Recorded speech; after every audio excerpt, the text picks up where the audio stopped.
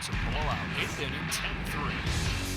Bases are loaded for Verlander, who waits on a 3-0 pitch. He swings, and it's a high fly ball. Deep center field. It is gone. Home run. And a huge bat flip to celebrate. All right, Ben, start the show already. What is up, everybody? Welcome into Flippin Bats, episode 4. I am your host, Ben Verlander. We got a great show for you today. I'm pumped up. We got some storylines to go through, storylines of the week. We got a very special guest joining us in Jeff McNeil of the New York Mets. We got some hotline questions, my favorite part of the show where you guys get to be involved. And of course, the 6-tool player of the week to finish it up. But let's get right into it with some storylines from this past week. And I'm going to start with the Padres and the Dodgers series. Now, I've been so excited for this series. I've really anticipated it, and it did not disappoint. It was awesome from start to finish. Every single game was incredible. The first game of the series, Friday night, was perhaps the best game of the year so far. It ended up going into extra innings, and it ended up looking like a blowout. So this is the problem with the West Coast games. If you go to sleep on the East Coast, you watch the first few innings and you wake up and see the final score, you're like, I didn't even really miss anything. It was a blowout. No, this game was incredible. The entire game was awesome. You go into Saturday, and just another great game. A pitcher's duel on Saturday, which the Saturday and Sunday games were most anticipated for me with the pitching matchups. You had Yu Darvish and Clayton Kershaw. You had Blake Snell and Trevor Bauer. And they did not disappoint. The Padres ended up pulling out one on Sunday. The Dodgers ended up pulling out the first two. But honestly, the Padres scored more runs than the Dodgers did all series. So for those of you saying, just what we thought, the Dodgers are way better. Look, I do think the Dodgers are the better team. But the Padres might be the second best team in baseball. And this series was awesome. The Padres outscored the Dodgers, except for that extra inning in the first game. So in the 9 innings, in all the 9 innings, the Padres scored more runs. So look, this series from start to finish was awesome. And they do it all again this coming weekend for a 4-game set, this time in Los Angeles. Next, we got Carlos Rodon of the Chicago White Sox throwing a near-perfect game. So we haven't seen a perfect game since King Felix a long time ago. We almost had it. It got to the 9th inning. It got to the point where I started recording stuff and getting it ready, what I was going to say. But you know what? He hit a guy on the back foot, barely skimmed it. Guy gets on first base, but he locked back in. He locked back in and nailed down the no-hitter. And, I was really excited for him. I actually got to play. He went to NC State. I went to Old Dominion. We played against each other in college. So got to, he didn't throw against us, but I got to know him there. And then, for everything he's gone through injury-wise, he was a big name coming out of the draft, a big prospect for these guys.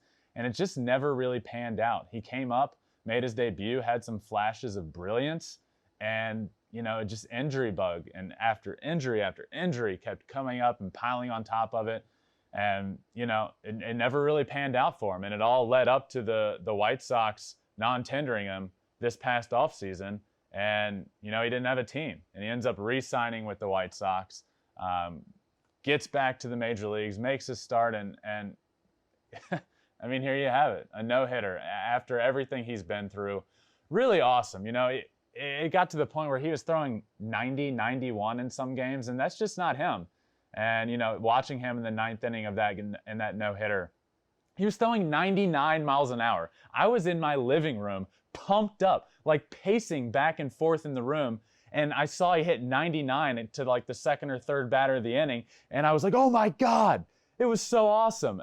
So it's really good to see him back, and congrats to Carlos Rodon on the no-hitter.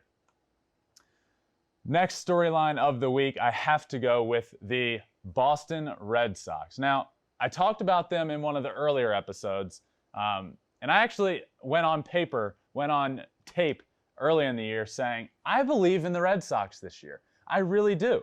Everybody's talking about the Yankees and talking about what the Blue Jays did, and I like what the Blue Jays did. I like the Blue Jays. But everybody was sleeping on this Red Sox team. So I went out on a limb and said, you know what? I think this team's going to be pretty good. You know what they did in the first series of the year? They got swept by the Orioles. So I went on this show and said, you know what?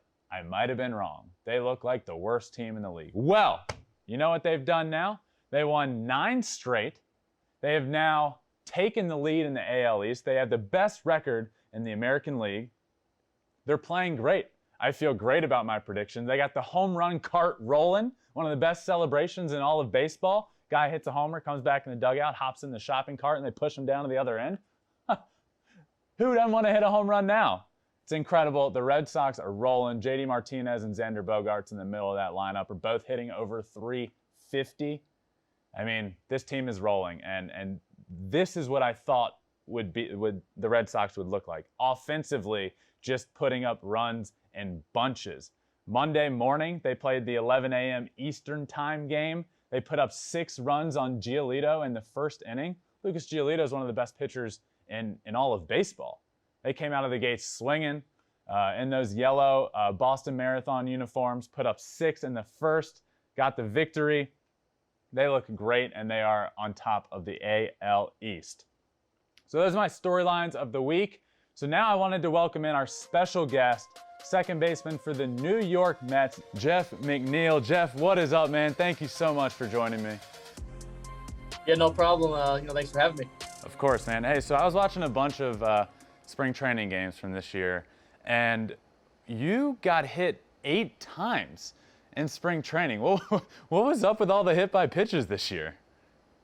Yeah, I have no clue. I like to stand on the plate a little bit, but I think they were just all kind of flukes. A few sliders getting away from some lefties, and a few back foot, curveballs.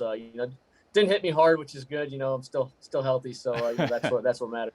Good. All right. So one thing that we're going to do on this show is we're going to have a trivia right off the bat. There's going to be a bunch of questions. You're going to have 60 seconds to answer. It's all stuff from your career. And we're going to have a Flippin Bats record book. So, however many, we're going to see who gets the most correct. So right off the top, you ready to roll? Let's do it. All right. 60 seconds when I start the first question. Let's go. Ready? Who was your first home run off of? Tanner Roark. Okay. Who was your first career hit against? Phil Hughes. Who was your first career strikeout against? Oof. Someone from the Pirates. I have no clue, though. Where did you bat in the lineup in your first Major League AB? 7th. Who did you sub in for? Wait. First Major League AB? Well, no, it was 9th. Sorry, it was 9th. Yeah. Pinch hit. That's what, yeah. Who did you pinch hit for? Phil Evans. Yes. Who was your last minor league game against? Reno Aces. Okay. What number did you make your MLB debut wearing? 68. Yes. Where was your first away game in the MLB? Pittsburgh. Yes. All right. That is it. You got that one. That was good. That was good. Yeah, no, that weren't too bad. Yeah. So, well, we have your last minor league game against the Connecticut Tigers, which was a rehab game, though. Rehab game, that doesn't count. Yeah, I think we should count the Reno Aces. Yeah, no, for sure it was Reno Aces. Drove home and then got the call the next day on off day. So I remember that, pretty well. So speaking of the minor leagues, I always ask this question off the top. Baseball is so unique in that everybody goes through the minor leagues. You don't start right at the major leagues. So everybody goes through the system, no matter whether you're drafted first or last in the draft. What is a minor league story that has stuck with you still to this day? There's one time, so I had a lot of, injuries in the minor leagues, missed a couple of years. And the one, kind of memory I have, that I still gets brought up today is, I was playing in Jupiter, and I'm laying on the floor of the locker room. I've got a heat pad on my leg, a heat pad on my back. I'm hurting. It's just grinding. And one of my teammates took a picture And that picture's still shown to me today. I still remember it. Every time we go to Jupiter, just laying on the floor right there, getting ready for the game. And it was tough. It was a long journey for me, battling through all those injuries. But I remember that. I remember that day. Still today, and it just lets me know that I went through a long, tough journey, but I made it. Yeah, I was going to ask you about that because we got to know each other fairly well in the minor leagues and played against each other quite a bit. And I actually remember one season when I was still playing in Florida and you had moved up, but you had just missed a full year, basically. You came back, and this was your first game back after a pretty serious injury. And I remember I got on second base, and we talked for a second during a pitching change, and just like seeing the look on your face, finally being back out there after so long and so many injuries and working your way back. I remember seeing it, and it was pretty cool because I knew how much it meant to you. What have you done to really focus and make a change and focus on your body to prevent stuff like that from happening? You can never really prevent it, but. Yeah, no. If you remember me pretty well, I was, 160 pounds, pretty small in the minor league. And, I made it, a big point to, gain weight and gain strength and, be able to change that, power aspect of my game. And, I did that in an off season. I absolutely crushed it in the gym and, eating tons of food and, put on all that weight. But I think I did it a little bit too quickly. And, my body just didn't really adjust to it. And, I ended up getting hurt. But I think once my body adjusted to the new weight, it's been so much easier to stay healthy. I'm doing everything I can in the gym right now to just maintain my weight and we got a great training staff that keeps me healthy. So it's a long season, but you gotta take care of your body and you gotta stay healthy. Yeah. Well, one thing that, you and I have kind of kept contact through, DMs or whatever it may be since we played against each other. And one thing that I didn't know that in hindsight, I feel like an idiot for, you posted something on Instagram not too long ago. It was like your golf swing or a scorecard or something. And I said like, dang dude, like actually looking like you know what you're doing out there. Turns out you're like a scratch golfer. You're ridiculous. You almost went and played in college. And your response basically was like not making me feel so bad, but you're like, yeah, dude, I'm pretty good. so tell me about. So you played golf. You were stud in basketball in high school. Tell me about playing all of those different sports growing up. Yeah, no, golf was one of my main sports. When I got to high school. Our high school golf team was incredible. So, I wanted to play golf, wanted to play college golf. So, I went that route and didn't really, pan out for me. Didn't really have, too many scholarships or opportunity to play at the next level. So, started playing baseball again. Started playing really well in high school on a travel ball scout team that I was on and was lucky enough to, get a scholarship to go play at Long Beach State. So, it worked out. Baseball was kind of my plan B in high school, but, it ended up, being a, pretty amazing plan B. I would say it's worked out pretty good for you. So where, I know you still are a big golfer. I think you just got off the golf course. What's your favorite course you've ever played? And what is a course that you're like dying to get on? It's like a bucket list course for you. Favorite course, I got to play Cypress Point this off season. It's pretty incredible. Basically, all those golf courses on the Monterey Peninsula are fantastic. Took a trip up there. Got to play Pebble, Spyglass, Spanish Bay, and Monterey Peninsula Country Club. So got to play all those. Those are pretty incredible. But I think bucket list course. Definitely Augusta. That's the dream. That's every dream.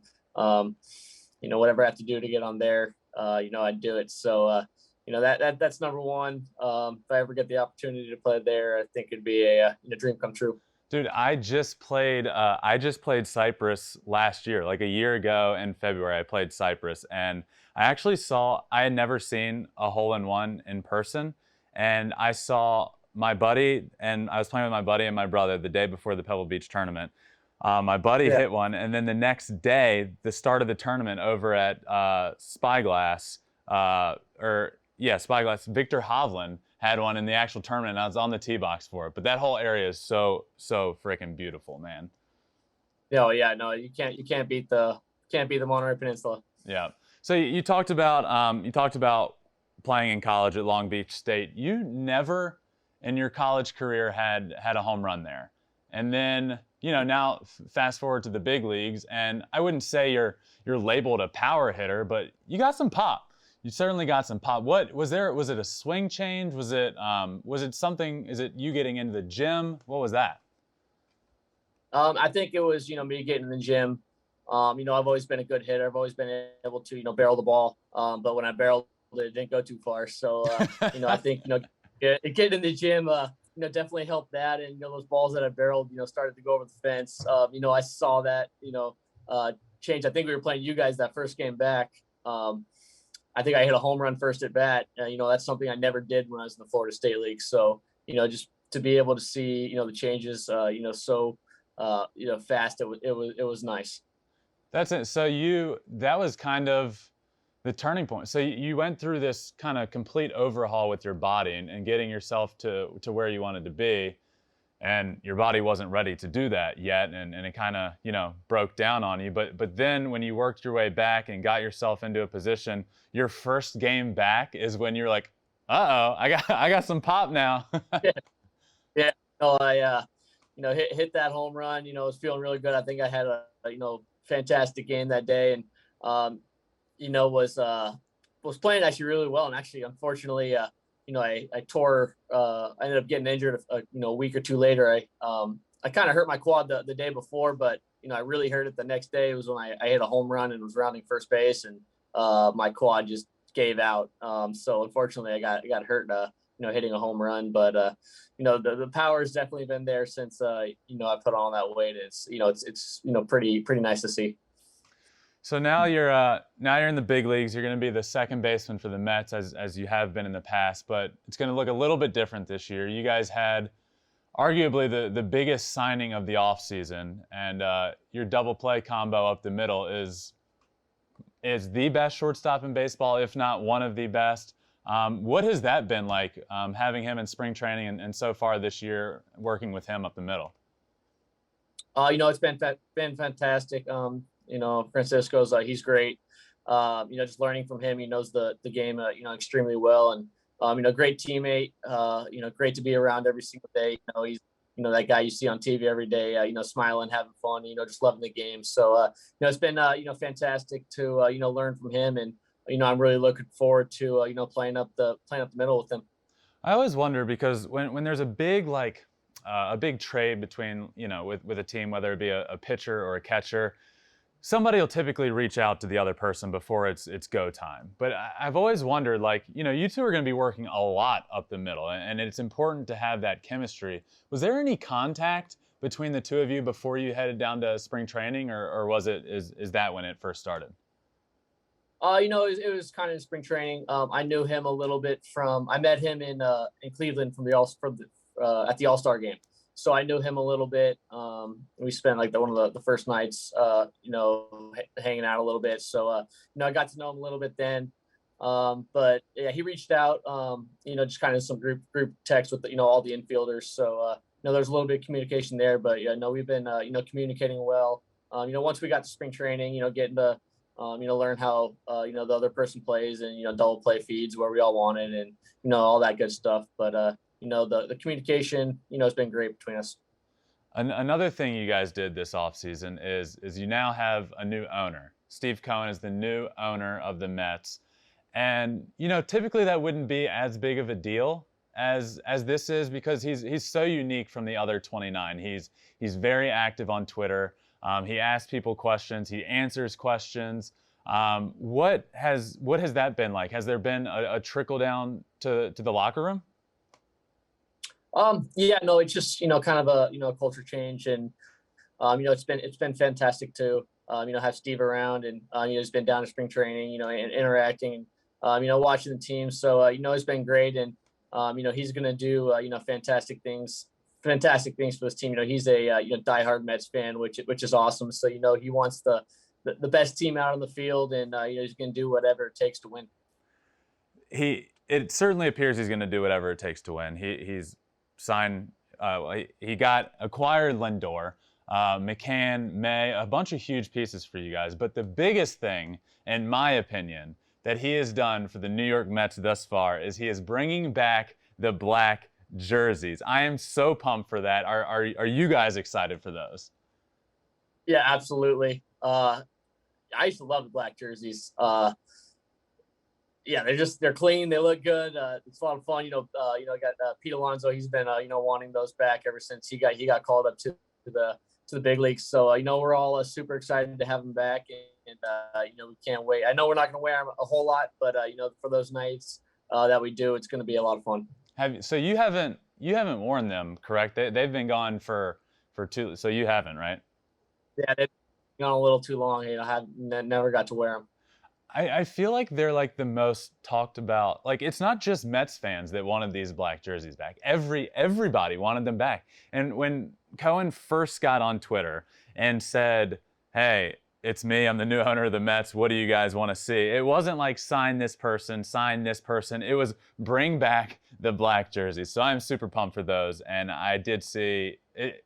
It's not going to be a normal part of the rotation, correct? You guys are going to be select few nights. I think select few games. Not sure exactly when, but I know it's a select few games. We'll be breaking those out. So a lot of there have been a lot of new signings, as we just talked about, and you guys are playing in my opinion, the best division in all of baseball. The NL East, pretty much from top to bottom, is going to be really, really good. And there's a lot of young studs and a lot of firepower. And you guys have your fair share, that is for sure. So what is it going to be like this year for you playing in that division? Are you excited to play against, every single night is going to be, the best in the league coming at you? Yeah, absolutely. I love the NL East. All I really know is the NL East, ever since I got called up. So, I've been playing in this division for, a long time. And, I think it's the best division in baseball. Every single night is, it's a fight. It's a grind. There's 5 teams that, are very good in this division. Everyone, kind of counts out the Marlins. And I think they're a, very scrappy, team. They play, the right way. They made the playoffs last year. Playoffs last year. Look, I mean, they're a sneaky team. Their pitching's very good. So there's no easy wins in this division. It's gonna be a battle to the end. But I like our team a lot. We only got better from last year. So hopefully the first goal is get back to the playoffs, and anything can happen from there. Yep, I agree. So one thing that you now use is, or I don't even know if it's now used, but I know you use a knobless bat. And I've fooled around with knobless bats in the cage, and I can't do it. It's so difficult for me. It's the weirdest feeling in the world. When did you get into that? When did you start using a knobless bat? I think it was in 2015. Started using it a little bit. Right before I got hurt. Started using it. Really liked how it felt. It was just a very balanced bat. It's kind of like a, M110, very balanced. Felt good in my hands, just didn't happen to have a knob. Not by choice, but it's just the first one handed to me. So, started, using it, and, loved it, and been using it ever since. But, actually been, kind of tinkering a little bit, spring training. I was using, Pete Alonso's bat a little bit, felt really good. It's got a little bit bigger barrel. So, just a little bit, more behind it. But we'll see what I go with this year. Did somebody suggest that to you? Like, was it somebody on the Mets that was like, dude, I use a knobless bat, try it out? No, it was our hitting coordinator. Okay. He had one, and kind of had a box of them in the back. He's like, here, you want to try this? And the first one I ever swung was like a 35, and felt great. Just choked up on it. That's why I still choke up on it to today. And had a decent sized barrel. So, as long as I connected on it, the ball jumped. Yeah. The flying squirrel. Tell me how that came about. How did that nickname come about? I was in college. I had a teammate. I used to play. I played a lot in outfield in college. So, I was making some diving catches, and one of my teammates started calling me the flying squirrel out there, and wasn't a huge fan of it. And then one of my teammates found my roommate actually in rookie ball. He found out and brought it into the minor league clubhouse, and I was hoping it kind of got left in the minor league clubhouse. It didn't. It made its way to the major league clubhouse, and it is what it is. But I'm enjoying it, and learning to love it. You were that close to escaping it. Your rookie ball roommate found it out, and now it's with you today in the big leagues. And then it's stuck with me ever since. So just enjoying it now. So one thing we want to do on this show is create a rule book.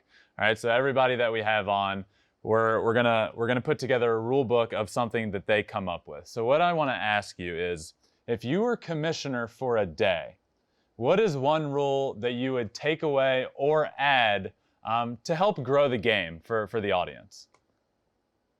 So I'm a guy who likes to beat the shift. I mean, teams will shift me, but I enjoy hitting the ball the other way. I know I can beat the shift when I have to. I think if there was no shifting, I think it would, improve. There'd be much more action. Those big pull hitters, they can go ahead and just let it rip and shoot balls, through the 4 and 6 hole. I think that would be good. I know they are trying it in the minor leagues this year, so we'll see how it goes. But me as a second baseman, a few times in spring training, I was playing basically right field and just got 112 mile an hour line drives right at me that were routine plays. So there's no real action. The guy's out at first, but the guy made a good swing, but nothing really happened. So if I wasn't standing there, that's stuff. Much more action, I think, if there is no shifting. But we'll see what happens there. So I'm personally super pumped up to get back to 162 game season. What happened last year? The country shut down. There wasn't baseball for a while, and there was an MLB The Show Players League that you partook in, and you were the rep for the Mets. First question: how did you do in that tournament? I don't remember.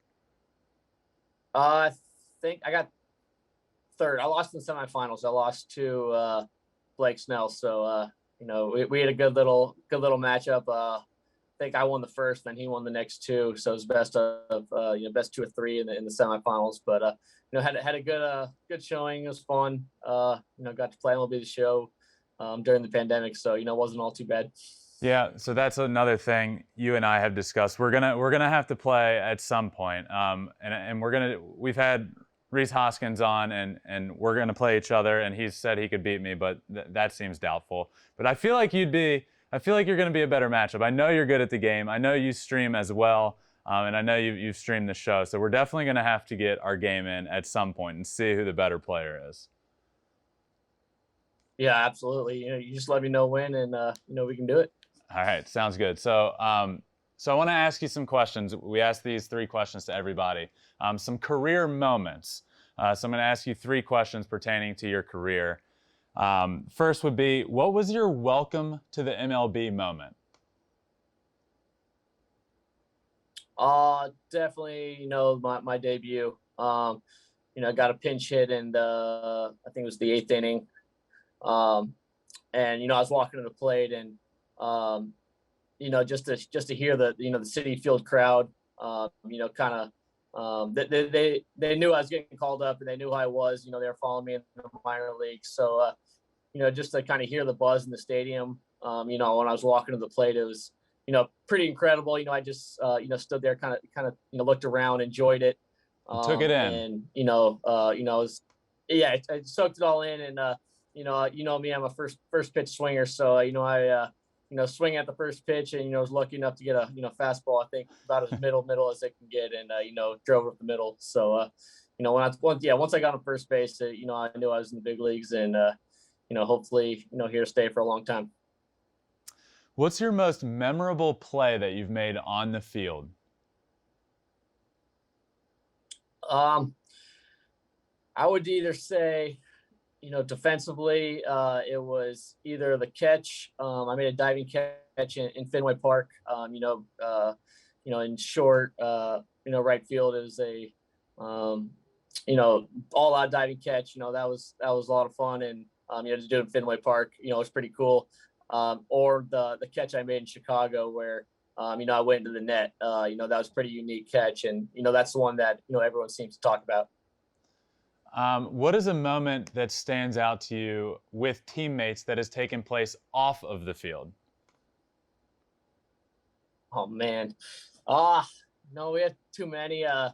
We're always going to dinner and having a good time. There was one dinner. It wasn't during the season. It was during our fan fest in January. We went to Salt Bay's restaurant in New York, and it was like a Saturday night, and I think there was 8 of us. It was me, Dom, Pete, Nimmo, and JD. And, it was just amazing dinner, a lot of fun, a lot of good stories, a lot of dancing and, partying, in the restaurant. And it was just a, fantastic time, and, just great time with the guys. Who's the best dancer of that group? Oh, yeah, I think I got to go. I want to say Dom. Whoa. I think Dom's got some moves that are, I think Dom can move. Oh, no, sorry. Actually, no, I'm changed my answer. I got to go Pete. Pete's got a fantastic video of dancing at the Florida Gator game. And, yeah, it was great. Yeah, no, for sure. Oh, my God. Take a look at that video. Yeah, I'm definitely going to have to check out that video. Was Salt Bay, so it was his restaurant. Was he there? Like, did he do the thing? Yeah, he wasn't there, but they go around, they do that whole thing, and the DJ was, awesome that night, and we got some good videos from that night. That's cool. So I wanted to circle back. I had a feeling the play in Chicago might be one of your most memorable plays on the field. I wanted to ask you about that play because the netting hasn't always gone all the way down the line. It still doesn't in a lot of stadiums. So, that was kind of new, but you made the catch running into foul territory, not a lot of room for you. And then you jumped and leapt and got caught up in the net. Were you aware of that when you jumped? What was going through your head right before that? Yeah, when you hit the ball, I knew it was going to be, pretty close to, the fence and the netting. And I knew it was a low, very low, a wall. I knew there was a net as well. I wasn't sure, what was going to happen if I ran into that net. But I was more worried, I think, about my leg, catching it and, running into, the low wall. So, right when I caught it, I thought it was best, just jump and get over this wall. And, I guess whatever happens. And, luckily I knew the net was there. Luckily it kind of shot me back, into play. It could have been much worse, but, it was, definitely one of the most memorable plays of, my career. And, it was a lot of fun doing it too. One way or the other, it's going to be better than not doing it and taking out your legs. Either there's the net that is there and it's going to save you, or the fans always seem to like grab you when you jump into the stands. So one way or the other, it was going to be a better result than just taking your knees and blowing your knees out. Yeah, absolutely. I was hoping, we get a lot of Mets fans on the road. So I'm hoping if I, jump over the wall there, they're there to catch me. Well, Jeff, thank you so much, dude, for joining me today. I'm so excited to watch the Mets this year. I'm excited for you this season. Good luck to you guys the rest of the way. Thank you so much for coming on. Hope to have you on again sometime soon, man. Yeah, thanks for having me. It was a lot of fun. Of course, man. See ya. All right, I just wanted to thank Jeff McNeil for joining me. He was the guinea pig for the trivia section that we're going to start. We're going to ask every guest some trivia questions, and we're going to kind of have like a grade book for them and see who can do the best, see what grade they get. So Jeff, thank you so much for joining me. I really enjoyed that interview. And I wanted to swing it right into the voicemail questions, my favorite part of the show, where you guys get to be a part of it and send in your hot mail questions, anything you have that you want to be answered, any hot takes you have, any burning questions, any fiery, passionate, you hate your team questions, whatever it may be. So make sure you're calling 213-537-9339 to get those questions in. So Rick, hit me with the first one. Hey, Ben, love the show. It's George from Richmond, Virginia. One question for you. Is Brian Cashman on the hot seat? Ooh, is Brian Cashman of the Yankees on the hot seat? I would say, look, so the Yankees are struggling, and they have the worst record in baseball, which is shocking. In the American League, they have the worst record, which is shocking. On paper, the New York Yankees have, I don't think it's far-fetched to say, the best team on paper in the American League, if not, the top three. I would say they have the best team on paper in the American League. And that is Brian Cashman's job, to put the best team on the field. I think he's done that. So where's the problem? Here's the problem. The Yankees are playing bad everywhere. Offensively, defensively.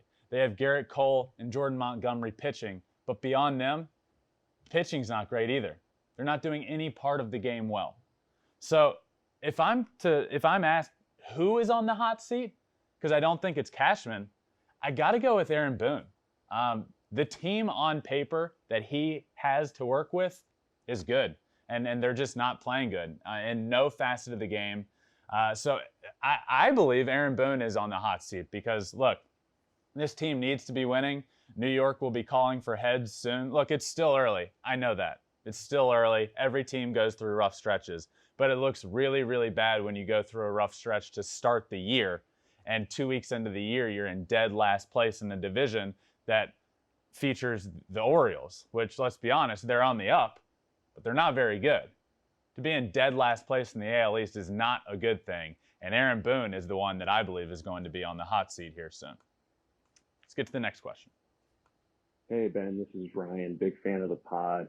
I was curious what you think about the latest rulings about moving the mound back 12 inches. I'm curious about your thoughts if it's really what baseball should move to get more action in the game. I personally think it's not a great idea, and I think it'll potentially lead to more pitchers' arms getting hurt, but would love to hear your feedback. Thanks. Bye. Thank you for the question. He asked about moving the mound back a foot. This has been talked about quite a bit in the last couple of weeks. They're experimenting with that in an independent league. Look, I was a hitter. I hit professionally. This rule seemingly is to help hitters. Pitchers' arms are getting better. Everyone's throwing 95 to 100. This is to help the batter, right? This is to level the playing field, get more balls put in play.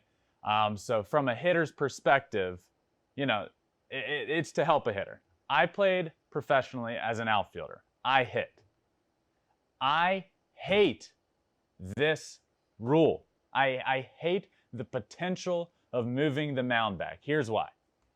I grew up my entire life playing on a field not at a young age because the mound's only 40 feet away, whatever it may be. Once you get old enough, in middle school, you move to a field with 90 feet bases and a pitcher's mound that is 60 feet 6 inches away. I have been training my entire life to hit a pitcher that's standing 60 feet 6 inches away from me. My entire life. Everything I do, my timing. Look, this is what it comes down to, and I didn't think about this until recently when somebody was talking to me about this. There were times when I would be playing pro ball and facing a guy throwing 100 miles an hour, and it's literally to the point where I have to time my blinking. I'm in the box trying to get my timing down, and I know what I need to do. I know when I need to get started. I know how I need to get into position, and I know down to the millisecond when I need to blink. This is going to throw off everything. Like he asked in the question, or said, he and see, he thinks injuries could come about. I agree. Moving pitchers a foot further back? Yeah, injuries. But from a batter's perspective, the one that's supposed to help, it's not going to help. Look, the pitch will be coming in slower. I guess would be, what their thought is look, instead of everybody throwing 100 now, like by the time it gets to you, it'll be less. Look, I don't care. At the professional level, everybody can hit a 100-mile-an-hour fastball. I could hit a 100-mile-an-hour fastball. The problem comes, when you get sliders, your mentality, pitch location. It's not the velocity. And even if it is, I've trained for this my whole life. This is what I've trained for since I was 12 years old. 60 feet, 6 inches away. Not 61 feet, 6 inches, not whatever it may be. This is a terrible idea. Terrible. This just gets me fired up because, thinking about it from a hitter's perspective even, like I said, I trained my whole life 60 feet, 6 inches away, and to move it back, it throws off everything. So I am not a fan of it. I actually think it's a terrible idea, and I don't foresee it getting to the big leagues, but I really hope it doesn't because, terrible idea. But I want to transition into my 6-tool player of the week. This week, it is Mookie Betts of the Los Angeles Dodgers. So we talked about earlier the series down in San Diego this week, the Padres and the Dodgers. Well, the Saturday game, which was the first of a great pitching matchup, Kershaw and Darvish. This is a 2-0 game going into the 9th inning. Padres have runners on second and third, bottom of the 9th, 2 outs. Line drive into the gap. Looks for sure, like a game-tying double, maybe a single, but for sure both runs are going to score. Mookie Betts comes flying out of nowhere, makes the catch of the year. And that's not an exact, this is the catch of the year to this point. And look, this isn't a stats-based award. There's no real definition for what this award is about. But I can point to it, and it's right there. When he sits up, catches it, bangs his chest, everyone in the world gets fired up. Look, I'm getting goosebumps just looking at it. It was so sick. Mookie Betts flying out of nowhere, making the catch of the year, beating his chest, energy everywhere. Best catch of the year, and that is why Mookie Betts is this week's 6-tool player of the week. And speaking of Mookie Betts, this week we saw Jackie Robinson Day, and Mookie Betts is one of over 200 players who donated his game check from that day to the Players Alliance. So a really cool gesture by Mookie. And I actually wanted to talk for a second about Jackie Robinson Day.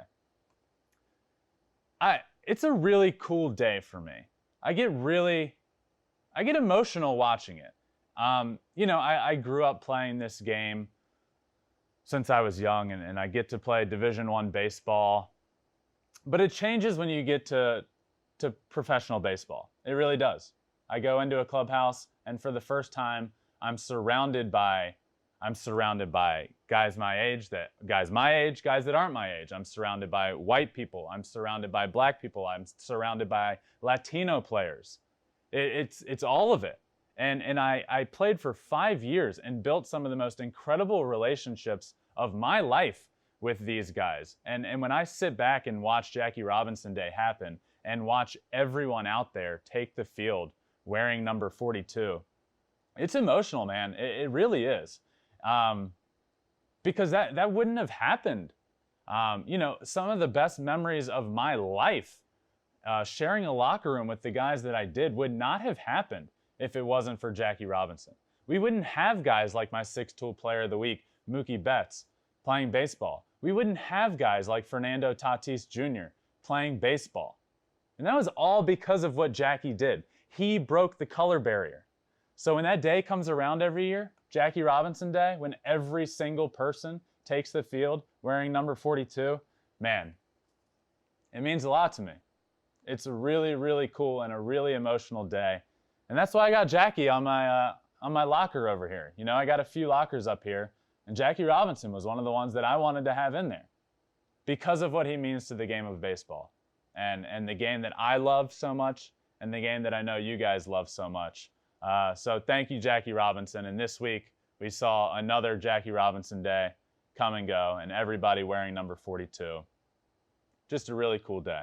So that does it for this week's episode of Flippin' Bats. Make sure, 1, you get your voicemail questions in, and 2, make sure you're following everywhere. Make sure you're following on Facebook, Instagram, Twitter, YouTube. The show is on video on YouTube and all socials. So make sure you follow those. Make sure you're subscribing. Hit that subscribe button. Rate it 5 stars if you think it deserves 5 stars, which hopefully you do. But another good episode in the books. Wanted to thank Jeff McNeil for joining me. And thank you guys again for tuning into this week's episode of Flippin' Bats. Until next time, peace. It's a blowout. 8th inning, 10-3. Bases are loaded for Verlander, who waits on a 3-0 pitch. He swings, and it's a high fly ball, deep center field.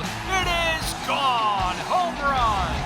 And a huge bat flip to celebrate. Thanks for watching. If you love Flippin' Bats, swinging 3-0, and just talking ball, hit that subscribe button.